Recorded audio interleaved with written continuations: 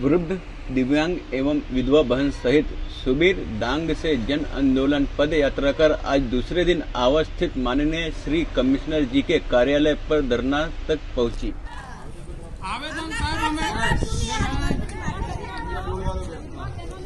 आवेदन पत्र 2021 થી અમે આપતા આવ્યા।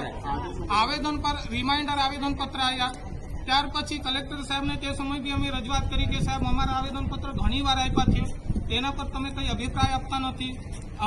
અમે અમારા લોકોને કેવી રીતે જવાબ આપીએ? વિધવા બહેનો છે, દિવ્યાંગ પરિવાર છે, આવા દિવ્યાંગો છે, વૃદ્ધ પરિવાર છે, તેના માટે અમે ચર્ચા કરેલી। યા તો પછી આપ સાહેબ આવેદન પત્ર પર અમારું કોઈ અમને કોઈ ધ્યાન પર ના આપે તો અમે પછી આંદોલન કરીશું। हाँ, या तो પછી અમે ભૂખ ઉપાસ પર ઉતરીશું। એ સાહેબ અમારી વિશે અમે ચર્ચા કરી દીધી તે સમયને લઈને આવેદન પત્ર બી સાહેબ આપવાનું છે અમારે। આપવા અમે બતાવીશું।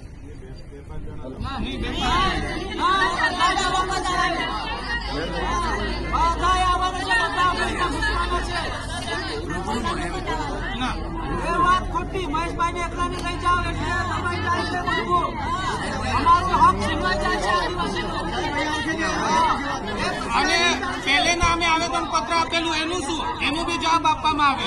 અહીં આવેદન આપીને અમને ઘરે મોકલવામાં આવશે અને ચાલે બધું અમે હેરાન પરેશાન થઈ। પહેલેના આવેદનના બી જવાબ આપો ભાઈ, પહેલેના બી જવાબ આપો। એક કામ કરો સાહેબ, જેલમાં મૂકી આપો, પૂરી આપો, અમે તૈયાર છે લડવા માટે,